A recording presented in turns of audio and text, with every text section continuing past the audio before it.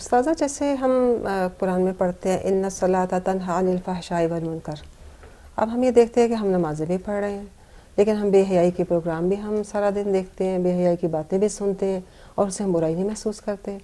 تو یہ کیا پھر ہم نمازوں کا بھی کیا اس کو کچھ سمجھائیے، کس طریقے سے ہم اس کو دیکھیں؟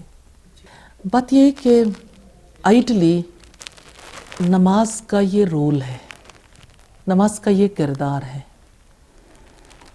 کہ نماز برائی اور بے حیائی سے روکتی ہے. اگر نماز اپنے مقام پر ہو، اگر ہم نماز اسی طرح ادا کرتے ہوں، اسی طرح قائم کرتے ہوں جیسا کہ قائم کرنے کا حق ہے. جب نماز اس کے پورے حقوق کے ساتھ ادا کی جاتی ہے تو نماز برائی اور بے حیائی سے نفرت بھی پیدا کرتی ہے اور اس سے دور بھی کرتی ہے. مثال کے طور پر جو شخص نماز ادا کرتا ہے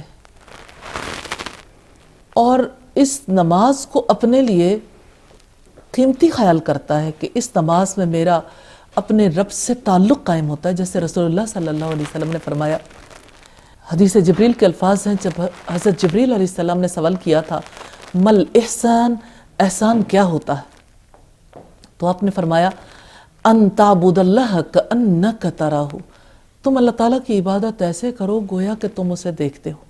فَإِن لَمْ تَكُنْ تَرَاهُ فَإِنَّهُ يَرَاكَ، پھر اگر تم اسے نہیں دیکھتے تو وہ تو تمہیں دیکھتا ہے. تو جو انسان نماز ادا کرتے ہوئے اس کیفیت میں آئے کہ میرے سامنے میرا رب ہے، یہ تصور کرے، تو ظاہر ہے اس کی کیفیت بدل جائے گی، اس کی نماز میں بھی کیفیت اور ہوگی اور نماز کے بعد بھی وہ حالات قائم رہیں گے. اور اگر یہ نہیں ہو سکتا تو دوسری صورت ہے کہ میرا رب مجھے دیکھتا ہے. تو برائی کو، بے حیائی کو جو چیز لے جاتی ہے وہ یہی سوچ ہے کہ میرا رب مجھے دیکھتا ہے.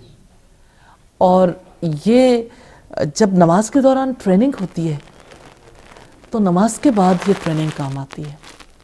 نماز کے بعد بھی انسان اپنے رب کی نظروں کا شعور رکھتا ہے تو برائی کرنے سے بچ جاتا ہے. تو نماز کے دوران پریکٹس ہوتی ہے اور دن میں 5 دفعہ یہ پریکٹس ہوتی ہے، اور نماز کے بعد میں انسان کے لیے اسی طرح سے جیسے نماز میں وہ اپنے آپ کو ایک صورتحال میں رکھتا ہے، نماز کے بعد بھی اس صورتحال میں رہنا ممکن ہو جاتا ہے.